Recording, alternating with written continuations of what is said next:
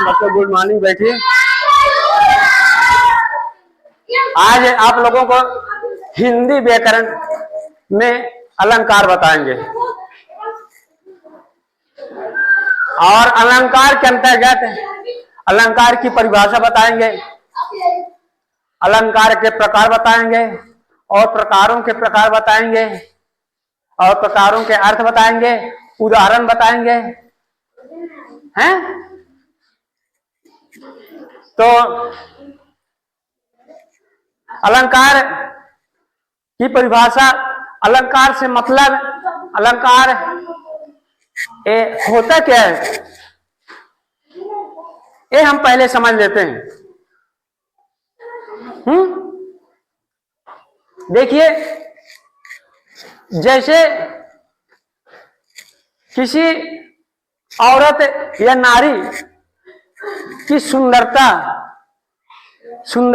उनके जेवर गहने आभूषण से होती ना है। उसी प्रकार काव्य की सुंदरता अलंकार से होती है। जैसे तुम लोग बिंदी लगा के आई हो, तो जैसे एक चेहरे की सुंदरता आभूषण से होती है, एक मेकअप लगाने से होती है, उसी प्रकार काव्य की सुंदरता अलंकार से होती है ना। काव्य की शोभा बढ़ाने वाले तत्व को अलंकार कहते हैं।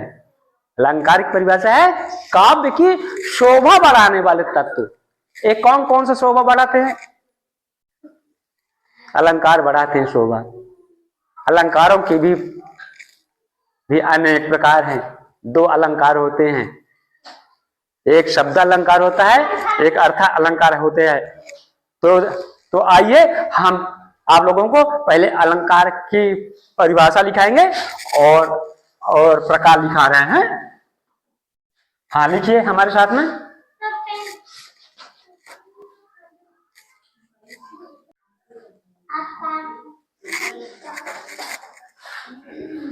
हाँ, देखिए अलंकार की परिभाषा जैसे पहले ही हम बताए हैं कि काव्य की शोभा बढ़ाने वाले तत्व को अलंकार कहते हैं। अलंकार का अर्थ होता है गहना या आभूषण है। इसकी परिभाषा देखिए, अलंकार की परिभाषा, काव्य की शोभा बढ़ाने वाले तत्व को अलंकार कहते हैं। अलंकार के दो भेद होते हैं।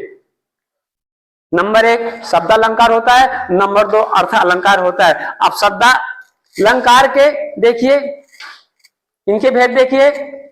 नंबर एक अनुप्रास अलंकार, यमक अलंकार, श्लेष अलंकार, फिर पुनरुक्त अलंकार, वक्रोक्ति अलंकार, अभिप्सा अलंकार। और देखिए अर्थ अलंकार के प्रकार हैं उपमा, रूपक, उत्प्रेक्षा, मानवीकरण, संदेह, अतिशयोक्ति, उपमायोक्त और भ्रांतिमान, विभावना, व्यक्तिरेक, अविशेषोक्ति। अब हम इन सभी अलंकार के प्रकारों के अर्थ बताएंगे, उनके उदाहरण बताएंगे। तो देखिए हम पहले शुरू करते हैं शब्द अलंकार से। शब्द अलंकार में अनुप्रास अलंकार। तो लिखिए, अनुप्रास की हम परिभाषा बताने जा रहे हैं। तो लिखिए, देखिए हमारा पहला अलंकार शब्द अलंकार है। इसकी परिभाषा जहां कविता या गद्य में शब्द संबंधी चमत्कार पाया जाता है, जहां शब्दों की चमत्कारता होती है, जहां शब्द के द्वारा चमत्कार पाया जाता है, वहां हम शब्द अलंकार कहते हैं।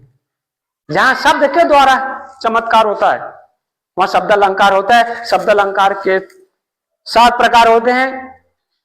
उनमें से पहला है अनुप्रास अलंकार।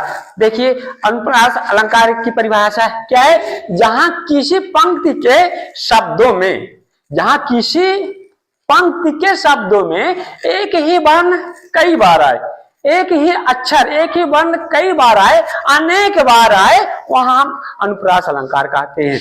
जैसे है चारु चंद्र की चंचल किरणें खेल रही थी जल थल में।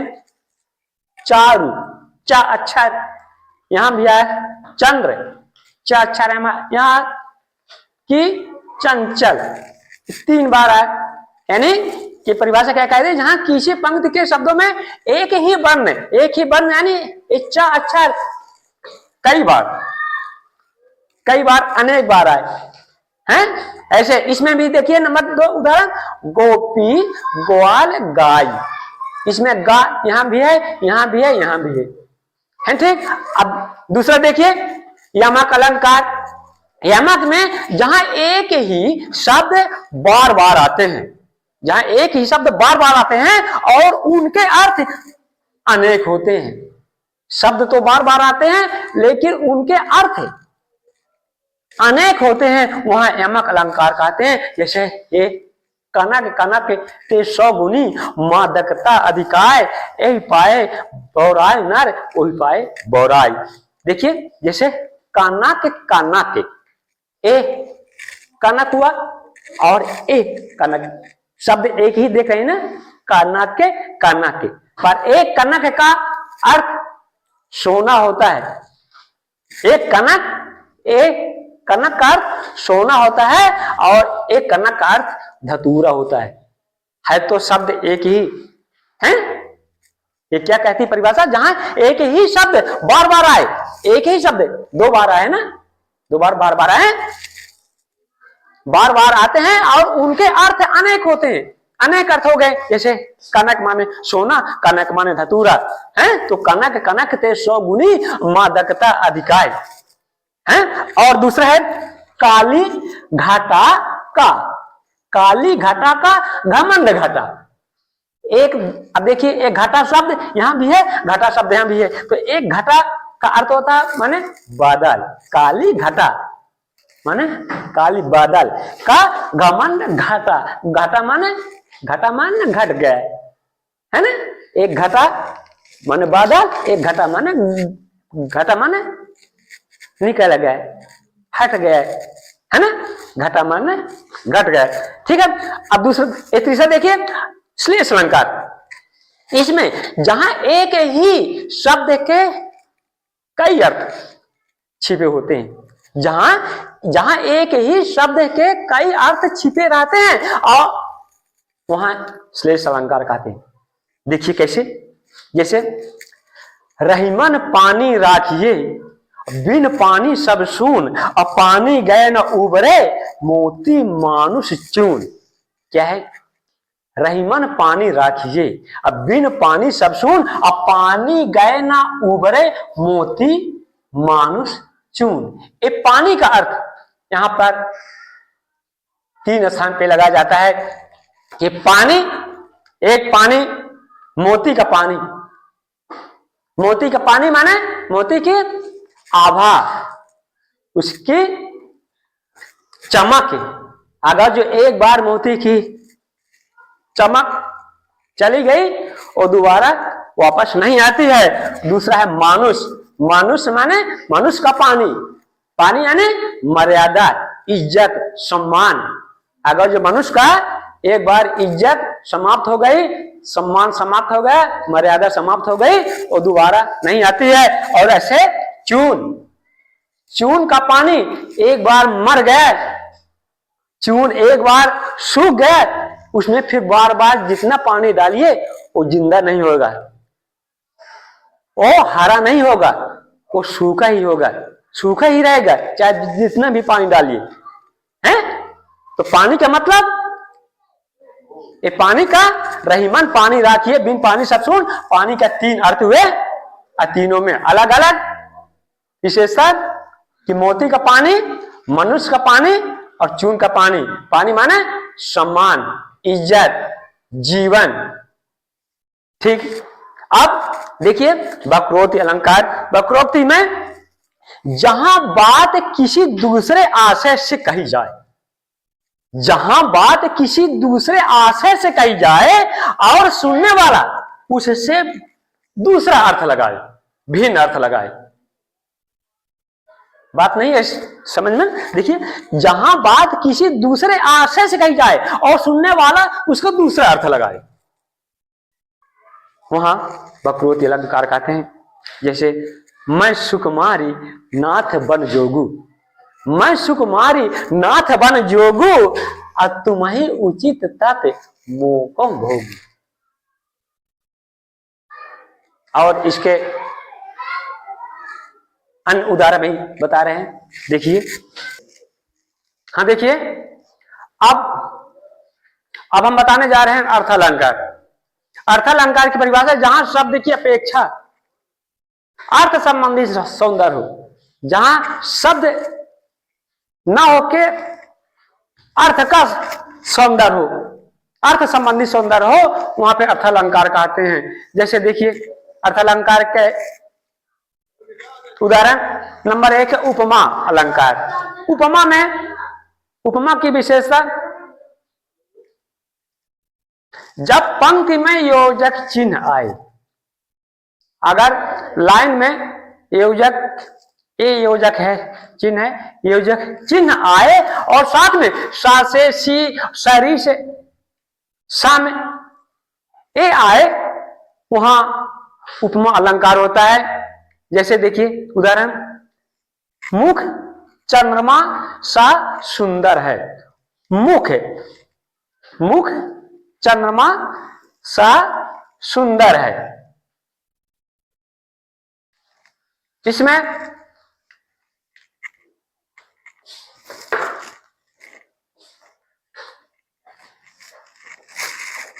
इसमें देखिए, मुख चंद्रमा सा, इसमें यहां पे सा आ रहा है, ये सा आ रहा है। जैसे एक परिभाषा है कि इसमें सा से सी सम सरिश आए, तो देखिए कि मुख चंद्रमा सा, चंद्रमा के समान, डुलाना नहीं उसको। हाँ, दूसरा देखिए, पीपर पात सरिस मन डोला। पीपर पात सरिस, सरिस ए सरिस है कि पीपर का पात, पीपर का पत्ता किसके समान डोल रहा है? मन के समान डोल रहा है, या कि हमारा मन पीपर के पत्ते के समान डोल रहा है, हैं? तीसरा है चांद की सी उजली जाली। चांद की सी, यहां पे सी आ गई है, ठीक।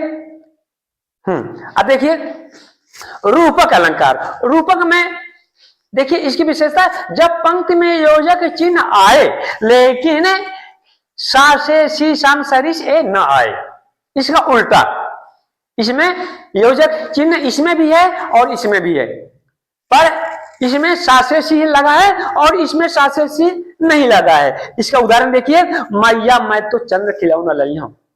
मैया, मैया मैं तो चंद्र, चंद्र के बाद ए योजक चिन्ह आ गया, चंद्र खिलौना लाई हूं। इसमें सा से सी नहीं है, केवल योजक है, चिन्ह।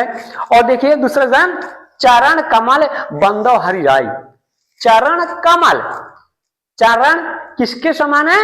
कमल के समान है, बीच में योजक चिन्ह लगा है, तो चरण कमल बंदो हरि राय। और तीसरा देखिए, राम कृपा भाव निशा सिरानी।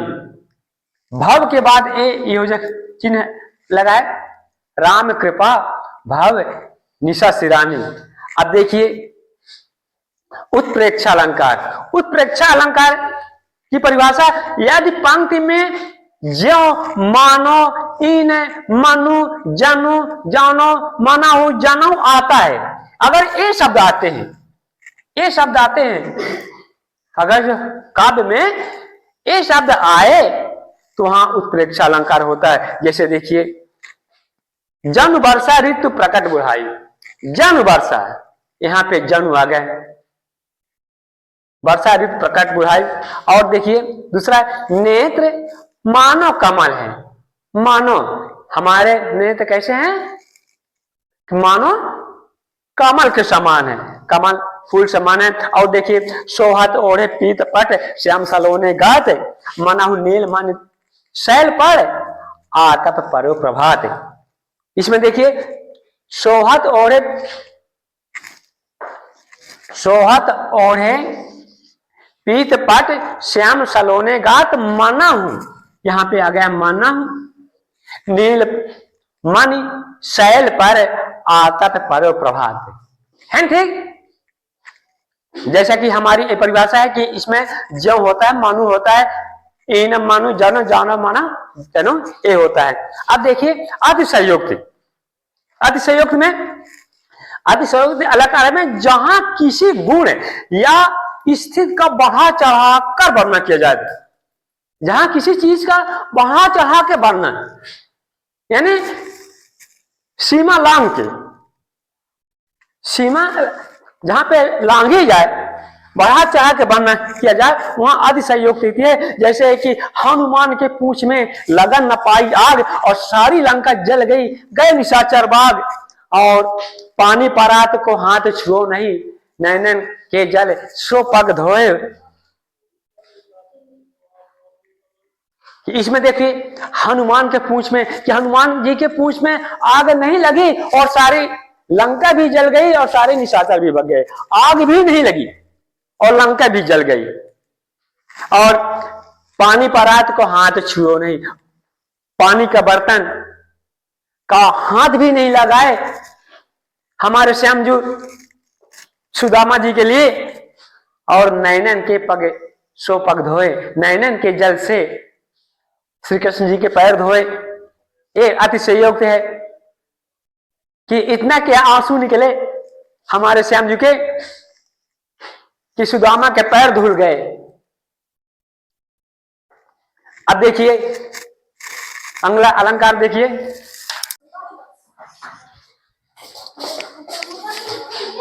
हाँ देखिए अगला उदाहरण है अर्थालंकार में मानवीकरण अलंकार। इसमें जब प्राकृतिक वस्तुओं में, प्राकृतिक वस्तुएं पेड़ हैं, पौधे हैं, बादल हैं, समुद्र है आदि में मानवीय भावनाओं के वर्णन का, मानवीय भावनाओं का वर्णन होता है। इसमें जहां मानवीय भावनाओं का वर्णन हो वहां पे मानवीकरण अलंकार कहते हैं। इसमें जैसे फूल हंसे कलियां मुस्काए, फूल हंसे कलियां मुस्काए, इसमें देखिए फूल हंस रहा और कलियां मुस्का रही हैं। ये पूरा प्राकृतिक वर्णन है कि फूल हंस रहा है और कलियां मुस्का रही हैं। और देखो गुलाब खिलकर बोला, गुलाब खिलकर बोला मैं आग का गोला नहीं, मैं आग का गोला नहीं, मैं प्रीत की कविता हूं। प्रीत यानी प्रेम की कविता है, मैं आग का गोला नहीं हूं, मैं प्रेम की कविता हूं। ये कौन बोल रहा है? गुलाब बोल रहा है, और भी हंस कर बोल रहा है। अब देखिए भ्रांतिमान अलंकार, भ्रांतिमान जिसमें भ्रम होता हो, इसकी परिभाषा है कि जहां एक वस्तु के भ्रम से दूसरी वस्तु का भान हो, जहां एक ही वस्तु के भ्रम हो जाए और दूसरे का आभास हो जाए कि ये उसके जैसी लग रही है, वहां भ्रांतिमान अलंकार कहते हैं। जैसे देखिए नाक का मोती, नाक का मोती आधार की क्रांति से, बीज दड़ेम का समझ के क्रांति से।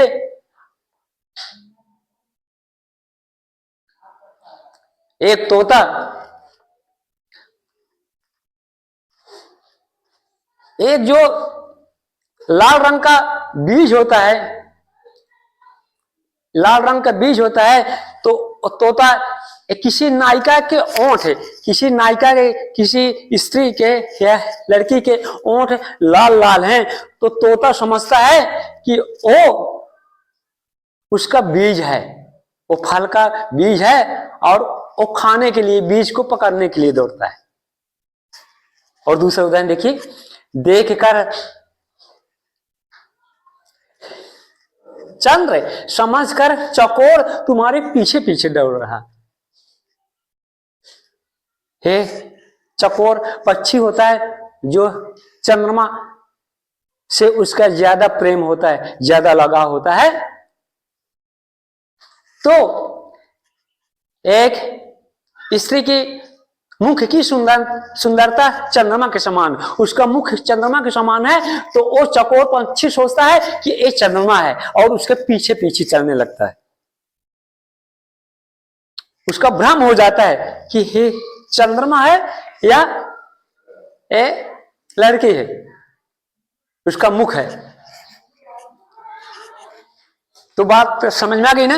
अब देखिए विभावना अलंकार, जहां कारण के अभाव में कार्य की उत्पत्ति का चमत्कार हो, जहां कारण के अभाव में कार्य की उत्पत्ति का चमत्कार हो, वहां विभावना अलंकार कहते हैं। जैसे कारण, जो चीज ना हो, जो चीज ना हो उसका अभाव हो फिर भी कार्य होता हो। जैसे जैसे बिनु पद चले और सुने बिनु काना, कि बिना पैर के चलता हो, बिना कान के सुनता हो, बिना आंख के देखता हो, बिना हाथ के कर्म करे विधनाना।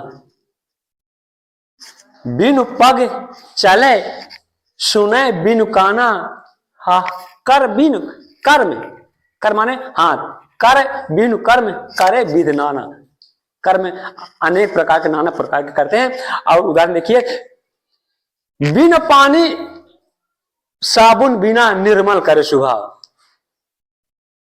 रहीमन पानी राखी निंदक न्यारे राखिए, आंगन कुटी छबाए, और बिन पानी बिन साबुन निर्मल करे सुभाए।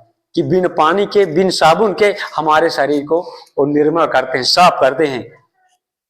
अब देखिए विरोधाभास, जहां पे विरोध हो, जहां पे इसकी परिभाषा देखिए, जहां वास्तविक विरोध ना होकर, जहां वास्तविक विरोध ना होकर केवल विरोध का आभास मात्र हो,